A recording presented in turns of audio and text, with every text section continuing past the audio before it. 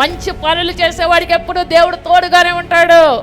మంచి కార్యాలు చేసిన వాడికి దేవుడు ఎప్పుడు సహాయం చేస్తాడు.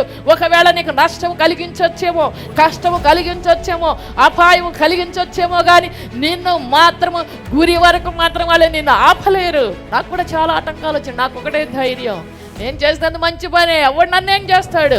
ఒకవేళ నన్ను అపార్థం చేసుకుంటే వాడే పోతాడు, నాకేం నష్టం.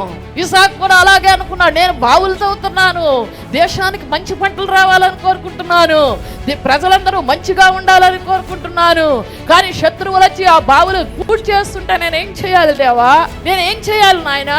అప్పుడు దేవుడు ప్రత్యక్షమై మాట్లాడతాడు, భయపడకు, శత్రువులకు భయపడకు, నీ పన్ను నువ్వు చేయి, బావులు నువ్వు తవ్వు అన్నప్పుడు అక్కడ గుడారం వేశాడంట, ప్రార్థన చేశాడంట, బలిపీఠం కట్టాడంట. వెళ్ళిపోయిన శత్రువులందరూ కూడా తిరిగి వచ్చాయా, మేము నీవు కావాలి, నీ సహవాసం కావాలి, నీతో నిబంధన మాకు కావాలి.